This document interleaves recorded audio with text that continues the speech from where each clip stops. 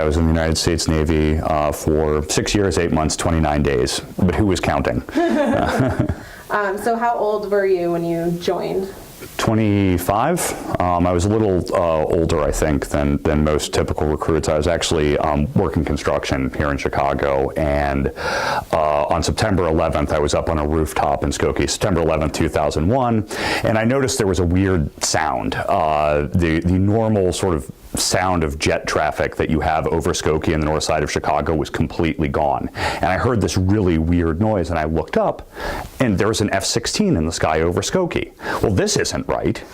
So, and I was up there on the roof. I was getting the site ready for the rest of the crew, and my boss drives the dump truck up onto these people's lawn, and I think was out of it. It seemed like he was out of the truck before the truck even stopped. And he was like, "Oh my God, a plane hit a building in New York." And I'm trying to figure out, well, what's going on here? Was this some sort of accident? What could this be? And then he drives off. We talk about it for a little bit. We didn't know what was going on. Nobody knew what was going on. I go back up the ladder. I'm back up on the roof. Manny drives off, and then he goes around the block, and I hear those tires scream, and turns around. He says, "Another one, another one." So we actually just sat in the truck, in the cab of the truck for most of the rest of the day, listening to NPR. And then on the way home, I can't tell you because I'm sure that you're not old enough to remember September 10th, 2001, and the world was things felt different. People weren't worried. We didn't think about the Middle East very much at all. We didn't think about Afghanistan. We knew that there were some people over there that didn't like art and blew up some important Buddha statues, et cetera, et cetera. We didn't think about Iraq. And then on the afternoon of September 11th, it was everyone on the train. The Red Line is full of people talking about the Last Judgment, the end of days, the end of civilization, the apocalypse, and not just the people on the Red Line that normally talk about these things. And there were a few, but it seemed like everyone, and it really seemed like for a lot of people, the world was about to come to an end because, Americans didn't think something like this would happen to us. And so I just sat there and watched the news that night and started thinking about enlisting. And a couple weeks later, I did it. And did boot camp and hospital corpsman A school at Naval Station Great Lakes, at the recruit training center there, and then the Corpsman A school used to be up there. It's in Texas now, and then from there I went to Field Medical Service School in Camp Johnson, North Carolina, and then I was assigned to 2nd Marine Division. Let's see here. Wait, 2nd Marine Division. 2nd Marine Expeditionary Force, Marine Forces Atlantic, 3rd Battalion, 6 Marines, first in the headquarters company and then Kilo Company. So I was basically a combat medic in the Marine Corps Infantry, even though we do not use the term medic. Corpsmen, at least we were, now it's a joint training, but we've always taken a lot of pride in how much more intensively we were trained than the Army version of us. So the term medic is what the Army calls their people, and we avoid that term. It's very insulting to us, actually. Oh, wow. At least it was. Things are different now. We do jointness. Yeah. Boot camp, I think, is designed to terrify people who are 18 years old and have never been away from home before. To me, the main trick in boot camp was keeping a straight face. There is a lot of, and the thing is that actually really is the trick, because a lot of times they're trying to make you laugh so they can punish you for laughing. Field Medical Service School, Corpsman A School and Field Medical Service School were both very tough. They're very tough academic environments, and Field Medical Service School is a very demanding physical training environment too, because it's basically designed to turn sailors into people who can keep up with Marines. And so it was, I think, a very strange transition for me. I was kind of surprised how much I took to it. Well, when I enlisted, I did not expect to like the military at all. I thought that this was something that I would do for 4 years so I could say I did my bit for my country. Then I would go back and spend the rest of my life talking about how much I hated it. And I didn't hate it. And there were lots, I really actually enjoyed my time in the service, so much that I re-enlisted. Re-enlisting turned out to be a mistake. I really wish I hadn't done that. But it was it was fun. I don't know if I'm allowed to say that. When you tell people the military is fun, people will think you're nuts. But parts of it were definitely fun. Parts of it were really irritating. Parts of it were very taxing. I think most veterans will tell you, and it depends when they served, where they served, but I think most veterans have a hard time characterizing it very simply, because it's the best of times, it's the worst of times. Parts are exciting and interesting. Parts are unbearably tedious. Parts are pointless. Parts are stupid. I don't understand why we're doing this. Why am I standing in line at the armory for 3 hours, just to turn this in? Can't I just hand it to you and you check the serial number? Why does this take, you know what I mean? Yeah. So there's a lot, that's frustrating, a lot that seems kind of stupid, but in general, there's also a lot of good parts, and it's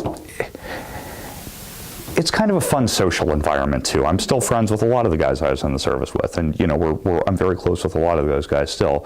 So there's that aspect too. So I think it was definitely strange to make that transition, but I don't think it was as hard. I actually think getting out is harder. Yeah. Coming home is harder. Getting out is harder. Yeah. Going in, going over, all that stuff is cake. You're ready for that. You're not. People are there. They have a program designed to train you, to adjust you. It's a rough program. It's meant to work by shock mainly. They have a program to get you ready to deploy. There really wasn't much getting ready to. There really wasn't much in place to get people ready to come home, to get out. Yeah. And I think that for a lot of people, that really is the rougher one. When I got back from Afghanistan, things had kind of changed a lot. There was a baby waiting for me. There was really a lot of change, and it was very rough. I think it's a rough adjustment for everything. Everything's weird. When, in Afghanistan for 9 months, I was never what a first world American would describe as indoors. Tents, yes, hastily built, shelters to protect us from artillery rockets, yes. The sort of beautiful climate-controlled environment we're in now, nothing like it. Yeah. Nothing like it. And the first time I went home and went to the grocery store, where it's so brightly lit and there's so much food, and it's so clean, and there's no dirt, and did I mention that it's brightly lit? Yeah. And climate controlled? It blew my mind. I was so disoriented just in the grocery store. It was a really strange experience to just, I think I was buying beer, probably, if it's me. Yeah. But just buying a few things for the house, and it was a really weird experience. And then you add in all of the other even weirder things. And it's, dealing with civilians again, and, driving down the street without worrying about being blown up. It's a good adjustment. But it's also strange. And then when I got out of the military altogether, so when veterans go to school, it's a really abrupt change, because I got out of the service in December 7th. I planned it so my last day in would be Pearl Harbor Day, and so that way all the ceremonies would be for me. And then I started class January 15th or so, January 10th, January 15th, so there was less than a month. And the military is one of the most structured environments in our society. And a university is really the least. Yeah. And, I see that. and I remember I wanted to declare my major. This is the simple thing, right? So I asked them at the registration office, well, how do I declare a major? I'd like to major in history. Okay. Take this form, fill it out, and get your department chair to sign it. Okay, how do I do that? Well, you take this form and fill it out, and the department chair will sign it. How do I get the department chair to sign it? Because when you've been in the military for a long time, when you hear a phrase like department chair or chair of the department, what you typically will hear in your head is commanding officer, battalion commander, and you just don't walk into their office and ask them for things. There's 30 different people have to sign off on it. Like, I'm declaring a major, but I guess Motor T has to sign off on this for some reason, so I'm just going to carry this around, get a bunch of people to sign it, then I will put it in a box, it will get to the CO, and eventually it will come back down the chain of command to me. The idea that I would just knock on Dr. Miller's door, that he would be happy to see me and delighted to help me, was completely alien to me. enemy. Yeah. And so these little like cultural things were actually like a really big hurdle in transitioning. Yeah. You know, in the military, either you're responsible for it and you're on your own with it, or it's not your problem and someone else will take care of it for you. And the whole idea that there are people there to help you and that people in authority are there to help you, Yeah. kind of novel. The Marine Corps never sends you anywhere where things are going well or quietly. Right. I don't think, like, compared to places like Fallujah and Ramadi, and I had friends that were in both of those places, it was really not a lot of combat. Compared to a lot of other places, it was. We took pretty regular rocket fire, IEDs, and that most of our contact with the enemy took that form. There were some direct fire engagements, but it was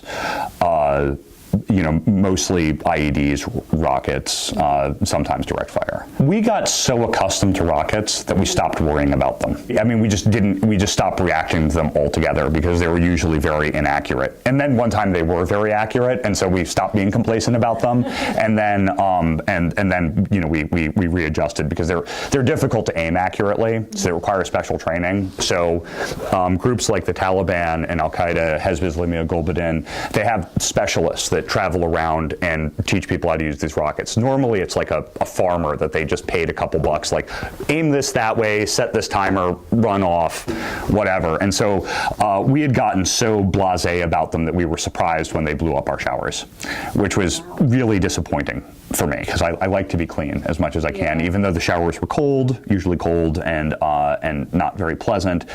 They were at least showers. That's true. And then they were blown up. It was very sad. The IEDs, I think, for everyone I talk to, I think the IEDs are a lot harder.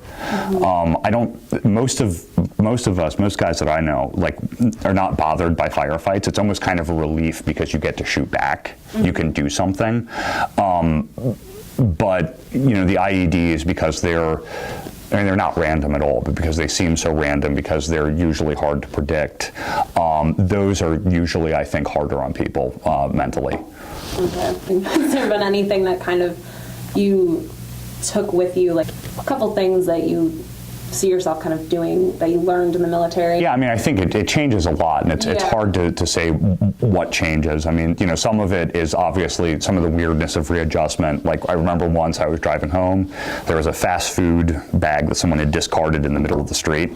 I hit my brakes, swerved around it, and took another way home before I even realized what I was doing. I don't do stuff like that anymore. Yeah. But, but that there is sort of that rough sort of adjustment stuff.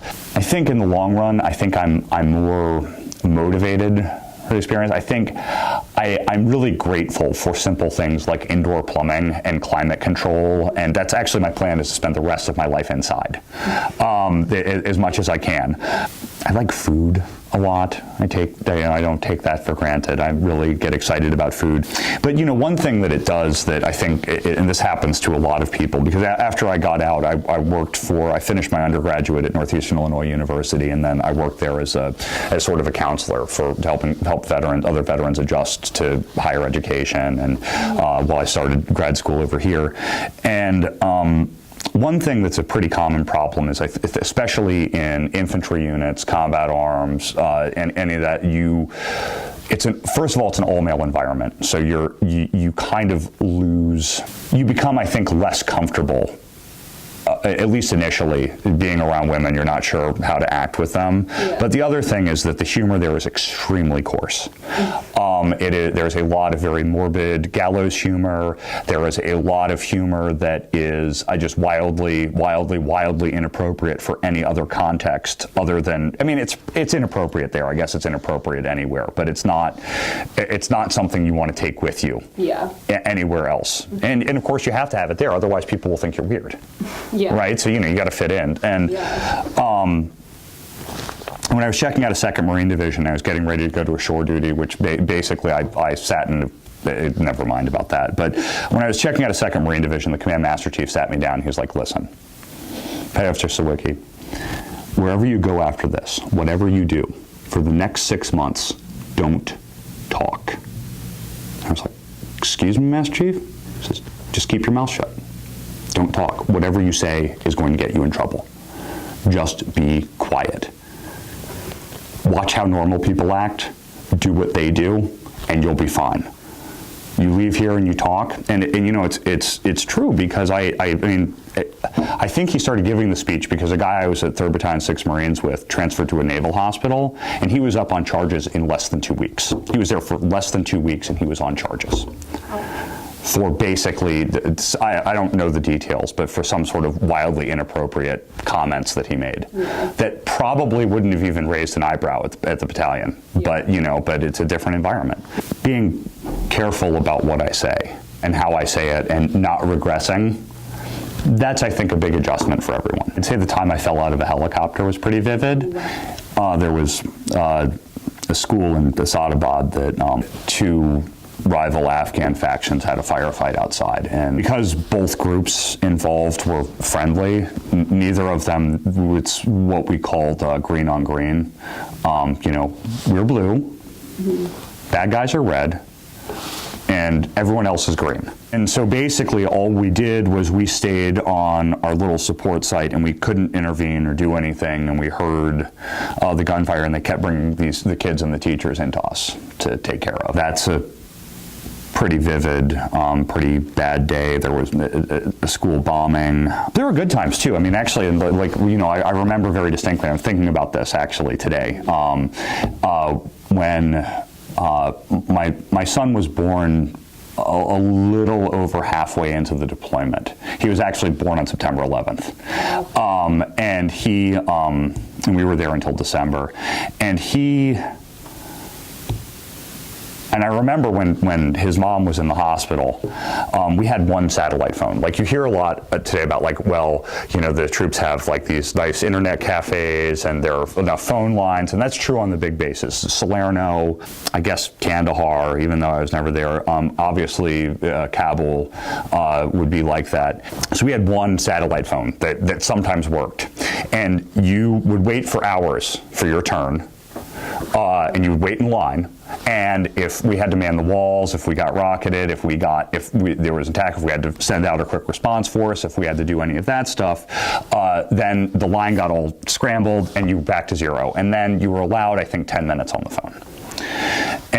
But everyone knew that I was expecting, because this is the other advantage. This is a small group. This is just basically Kilo Company, 3rd Battalion, 6th Marines, great guys. And, you know, whenever they saw me, they'd wave me up to the front of the line.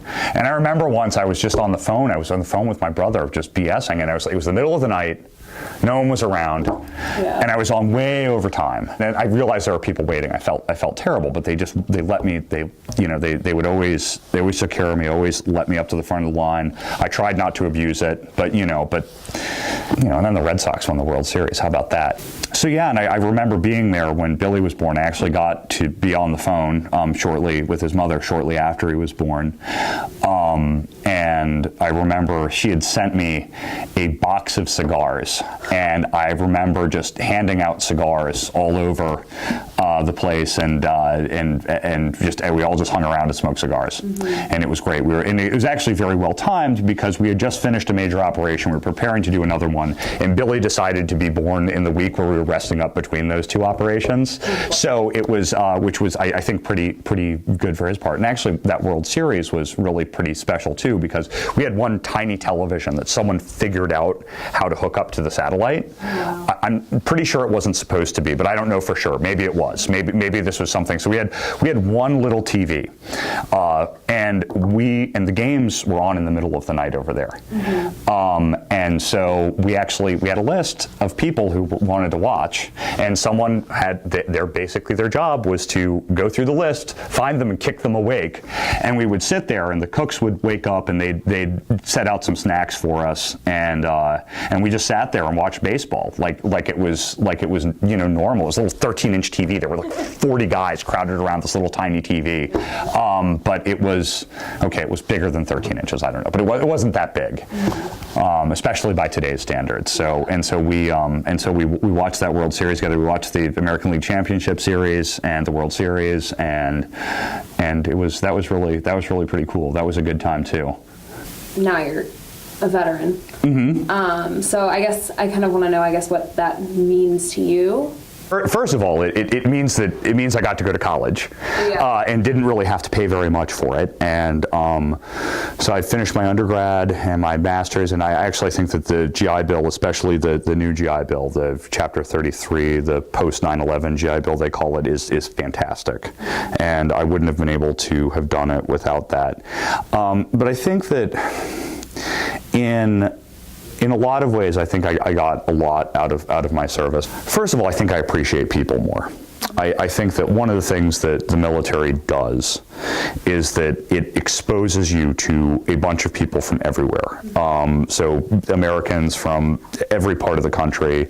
I met people from Idaho. People with very different viewpoints than I do. People with very different politics than mine. People with very different, perspectives on everything. And I think that,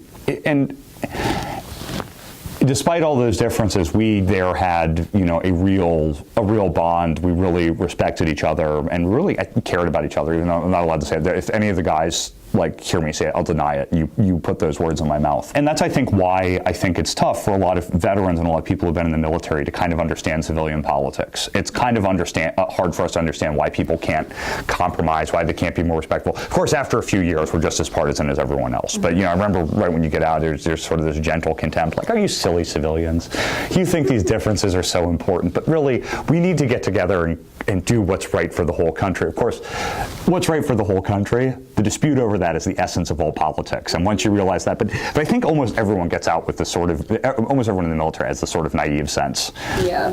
Not everyone, but a lot of people in the military do have that sort of sense that, it should be easier for us to get together. Mm-hmm. If I can get along with, all these different Americans from all these different places, from all these different backgrounds, why can't these nasty civilians get along with each other? And, the answer, of course, is that we were in an environment that forced us to get along. Yeah. You spend an awful lot of time together. Mm-hmm. And that's not the reality for most other people, and most other people aren't going to have that experience. And I think that we kind of regress to being, partisan nasty civilians like everyone else. This is America. If there is a way to commercially exploit something and make money off of it, we will do that, because as a people, that is our singular genius. Yeah. And I think that some of that bothers me. But on the other hand, I know it seems like every Memorial Day, especially with Facebook now, it seems like a lot of veterans are you know what, I'm going to ruin this day for everyone. They're going to enjoy a barbecue with their family. They're going to enjoy, all of this other stuff. And I'm going to post really downer stuff about the real meaning of Memorial Day. And I understand why they do that. I understand that feeling. But in a lot of ways, I think that, at least for Memorial Day, I didn't ignore your question. I'll get back to it. But for Memorial Day, I think that having a barbecue with your friends and family and enjoying God's great outdoors is actually a perfectly fitting way to honor those people who will never do those things again. Likewise, I think that on Veterans Day, on Veterans Day, there's a lot of sales, there's a lot, but I'm not sure that I can say that there's a real keep veterans and Veterans Day. Every Veterans Day, there's a list I get emailed a list of all the places I can eat for free. Mm-hmm. And I always participate in the ceremonies. I usually go to the one at Northeastern, which is my alma mater. Last year I went to the one here. There's always a lot of great events that are focused on veterans and are focused on telling us how great we are. Mm-hmm. And I go to those because it's very seldom that I get told that I'm great. So I really need it when I can get it. And also, the eating free. Applebee's, Golden Corral. If you know where there's a Golden Corral around here, tell me. But there isn't. They're all in the suburbs. So it's it's a steak dinner, and I don't know. I think I understand why people have different opinions about it, though. I understand where people are coming from. I understand why it makes people angry. I understand why people post those downer things on Memorial Day, trying to make everyone else feel. I don't do it. I have kind of a different understanding of it, but I understand the people who do that are my friends. Mm-hmm. I understand them. I understand where they're coming from. I understand why they're angry about it. I understand why they're angry that it's a day that is just about sales. I say, you know what, you're not going to change anybody. Mm-hmm. And you might as well, at least when there's a good sale, at least people know it's Veterans Day, right?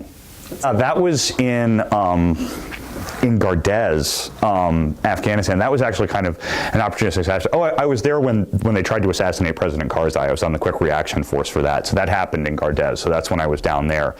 And yeah, that picture was actually, we were just kind of patrolling in Gardez a little after that attempt on President Karzai's life, and we were just doing a patrol. And if you look at it, you'll see in the background, I think it's Ben Hennenkrat, but I'm not sure, is all lined up and in cover and covering R6, and here I am, helmet off, posing for a picture with the locals. And that was really just that patrol, they're just the opportunity to take a snapshot. There's really not a whole lot of significance behind that picture, except that, it was in Gardez.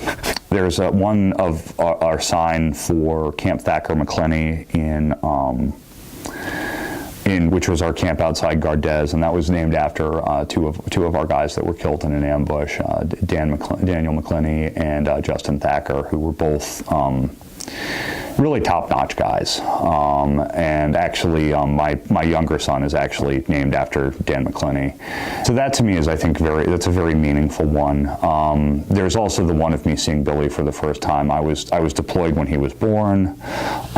He was born in September. I didn't get back until December, and seeing him for the first time was really, really amazing. That was really a pretty big deal. And then the other pictures, I can't remember exactly which one, but most of them are us on observation posts. We would just go up into the mountains and look around and keep an eye on things. So we'd have these little camps that we built on mountain peaks, and we operated them jointly with Afghan forces. And so a lot of them are just pictures of us clowning around and hanging out. There's a lot of, I think, disappointment from a lot of people on how things worked out in Iraq and Afghanistan. I think if you ask most of us who were there, and I talk to a lot of other vets, and I'm sure people will disagree with me, I think that there aren't any of us that can say really glibly what we should have done, or whether or not we should have been there, or whether or not it was worthwhile. I think for us, I think it's a much more complicated question. I think that there's a lot more nuance and there's a lot more emotional involvement. And that's why, a lot of times people will ask me, like, well, what do you think about what's going on in Iraq right now? What do you think about what's going on in Afghanistan? And I have a really hard time giving them a straightforward answer. It's not that I don't think about it. It's not that I don't have feelings about it. It's just really hard, I think, for a lot of us to explain all of the emotional freight that goes into that, and all of how difficult it is to be, I guess, rational about these things. I think that really is tough, and it's always, and it's the question I think that the veterans get asked more often, well, what do you think about what's going on over there? What do you think we should do? And I think that really most veterans just kind of give a pained expression, and then sometimes we have very strong opinions. It actually varies day by day. You could ask me tomorrow, I'd be happy to answer the question. It was some glib, snappy thing, and then 2 days later it would be the completely opposite glib, snappy thing, and then the day after that I would just shrug. And I think that it's hard, and I think that we spend a lot of time thinking about that part of the world. And when you spend a lot of time thinking about it, when you experience something, it's hard to be reductive about it. And it's hard to listen to people being reductive about it too.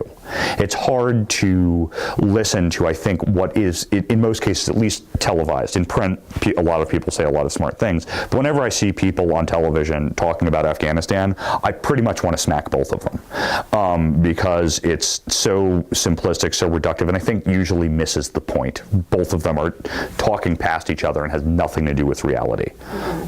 Just to be clear, I have no plans on smacking anyone. Okay. Yeah. Okay. That's awesome. Thank you. Mm-hmm.